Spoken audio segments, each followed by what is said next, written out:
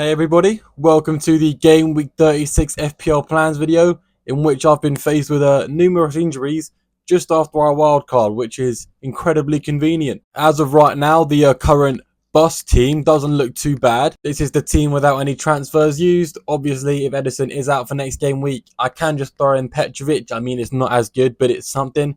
With Fabian Schär, he's only yellow flagged, and worst case scenario, I'm just going to have to bring on double Manchester United defence, which is just, not that great. The problem is with the transfers I need to make, one of my transfers has to be getting rid of Gabriel for a double game week 37 player, which I'm going to have to use next game week. I can't use that transfer this week because Gabriel playing at home to Bournemouth is, don't want to jinx it, but nearly a guaranteed clean sheet.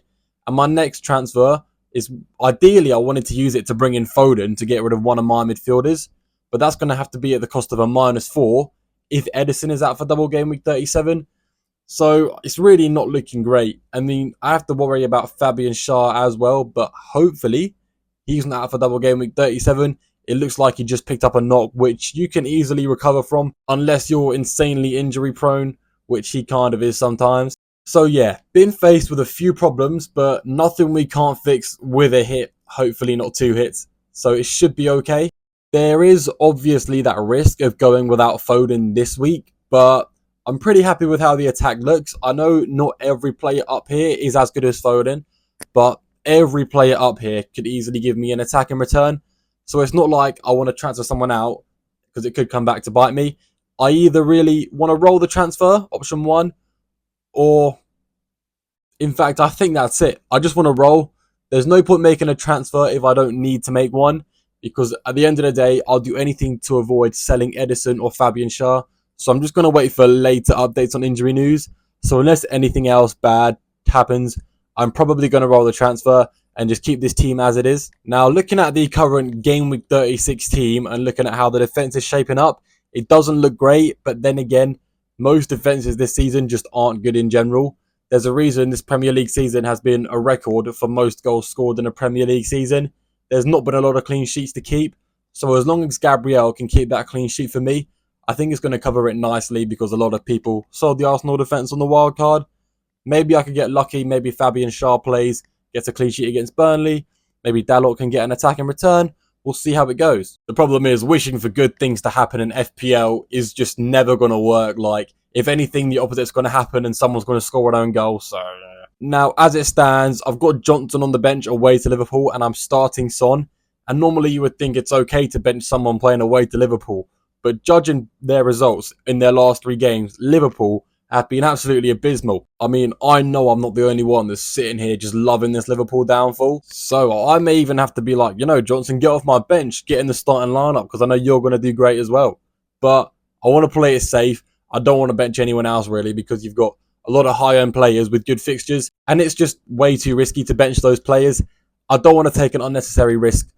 But maybe I'll change my mind. I still got a week to decide. We got strong options in there. We got Palmer and Jackson playing at home to West Ham. And we know that West Ham defence has not been the best recently. The main reason I say that is because you get bad teams like Liverpool who can't score against Crystal Palace and they can't score against Everton. But as soon as they play West Ham, they manage to scrape a result. So when West Ham are letting really bad teams like Liverpool score against them, it's kind of alarming. So that means hopefully even Jackson could get a goal against West Ham, guys. Yes, it is possible. But guys, Palmer and Jackson aren't the only lethal assets we've got. We've got Gordon and Isak playing against Burnley. Now, these are 2 very good assets that could be picking me up some good points. Obviously, Isak has got a very high effective ownership, so his points only really positively affect me a tiny bit. But Gordon's slightly less owned, and his points benefit me more. And I'm surprised not a lot more people own him. Like, Gordon is very, very good in FPL for his price. We've also got Bruno in that midfield, and Bruno was insanely unlucky to come away with no returns last game week. He got 2 bonus points despite not even getting a single return. I mean, that's unheard of. He had like 1.12 expected assists, which doesn't sound a lot because it's only just over 1.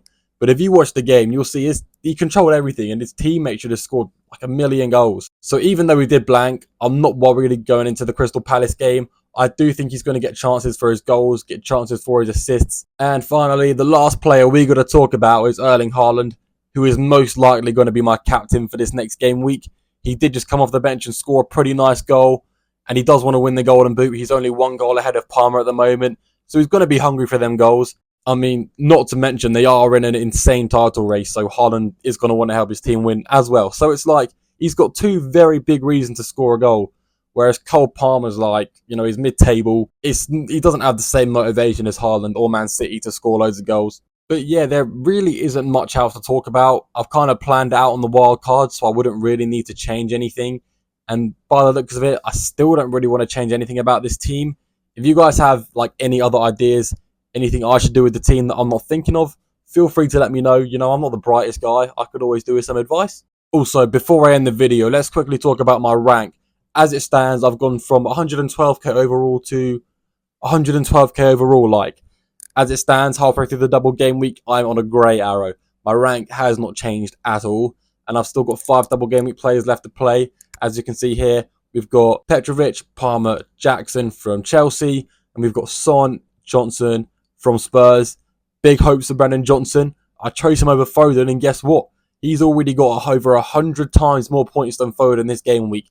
That is how 200 IQ I am. So let's hope he can extend that lead on Foden's points for game week 35. Guys, thank you for watching this video. If you're loving the Liverpool downfall, give this video a like. Yeah, once again, let me know what you think I should do with my team. Let me know who you think the best captaincy option is. And yeah, cool. See you in the next one.